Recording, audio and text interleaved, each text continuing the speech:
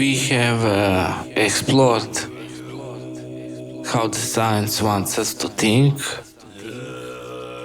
but let us now create our own story that starts from the beginning. And a lot of people would say that the beginning is light. In the beginning there was light. And there is this crucial problem with light, is that it shows a wave-like pattern and particle-like pattern. It acts like particle, but when we try to put it through a double-slit experiment, we find out that it makes wave-like patterns.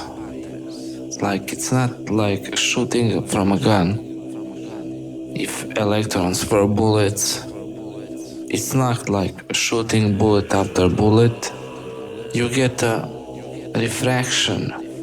You get diffraction of light. Even if you do it with monochromatic light, like lasers. So, you can't understand it. Light is both a particle and a wave. So that caught my eye, and I think we have a much better proposal for you, and it's about mechanical behavior of light.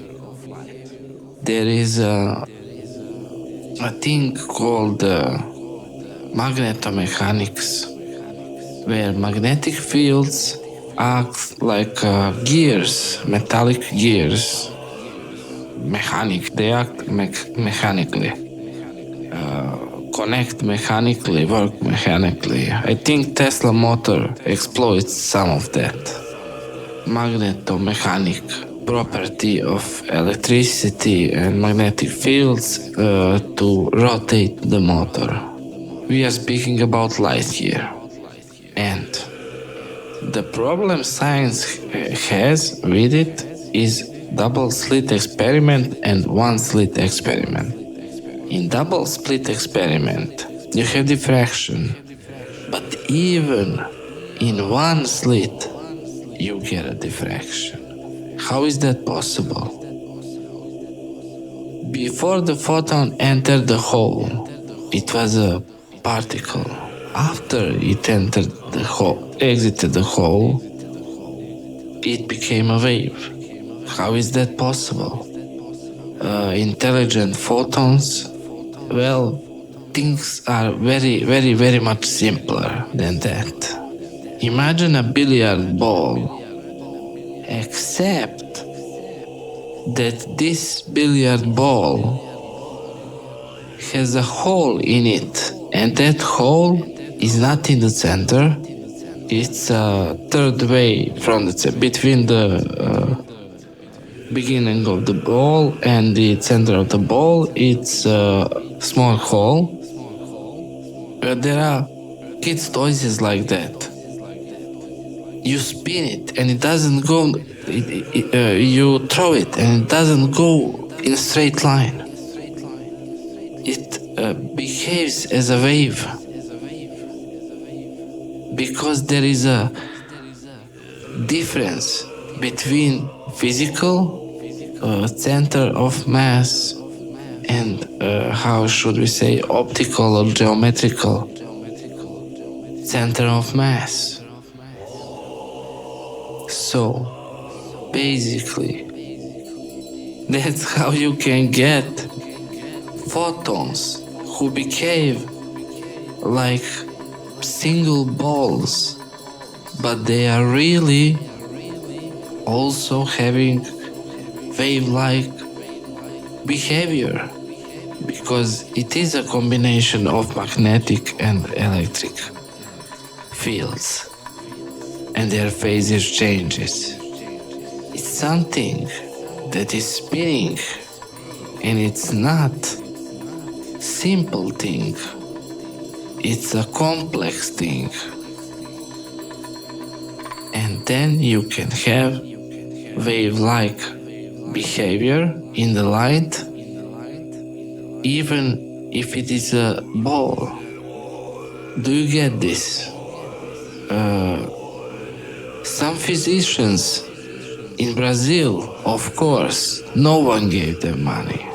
This doesn't go into official narrative. Schrodinger's cat, quantum flux, who knows what.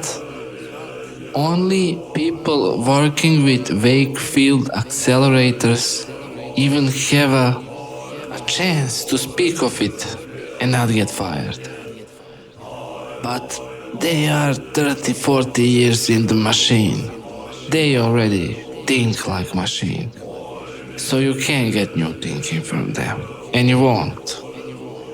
Nothing will become of those big accelerators. So they started doing small.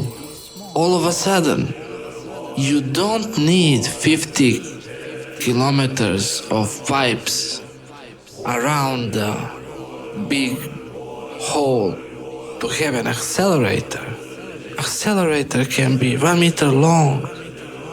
And no, you don't need big power plants to power all that. Imagine, just like that, you didn't hear that? So money was wasted, and a lot of it.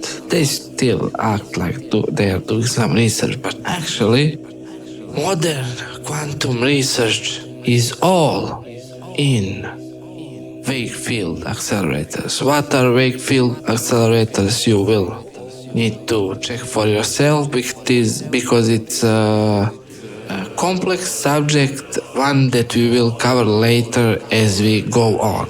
But for this show, it is important that you understand that you can have light that exhibits both particle and wave motion within a simple ball, like a billiard ball.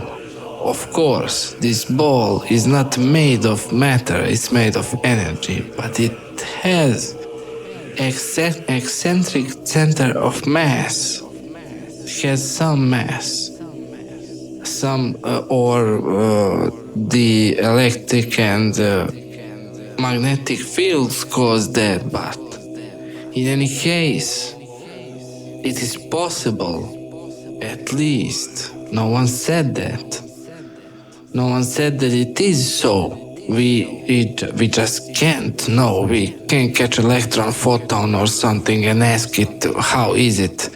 But I think in the future episodes you will find out that indeed this just might be the case. And the reason why you never heard of it and why these young but naive but incredibly intelligent and smart people did in Brazil is extraordinary. You will never hear that. Never, never. They won't get a grant, they won't get any money. It's just how it is. I remember a story where astronomers were finding quasars where they shouldn't be, including a redshift. Their redshift didn't match, and they got fired because of that. People get fired. If they ask a question, they get fired. Those are high positions with high salary, they get fired. End of career. So people don't tend to stand in the way. But when you're in Brazil and the civilization is far, far away from you, someone to tell you, no, don't do that. But somehow you end up with that. But and luckily, before I leave you, I want to leave you with something to think about. Something you can try yourself When the scientists examined the Great Pyramid in Egypt, they found a meter. They literally found a meter. But it is commonly known and accepted in science that the meter is invented by Napoleon. So we have conflicting stories here. They tell us that Egyptians didn't know about meter, yet they find it there. And they tell us that Napoleon invented meter. So without looking at any of these sides, let us define the meter. Let us find it. So, what is a meter? Meter is 100 centimeters. And boy, oh boy, how can we define a centimeter? Well, as all things that are true and of this universe, they work on a very simple basis. You can take a dropper and some water. Find a roughly flat surface, something that is flat, doesn't have to be glass. It can be a tabletop as I'm using here. And you watch. Is that exactly 1 centimeter? Look closely. Is that 1 centimeter? Exactly 1 centimeter. My friends, it is. So why would we then need Napoleon or someone else when we clearly see here the way it can be done and with tools ancient Egyptians had? Some water. Simply some water.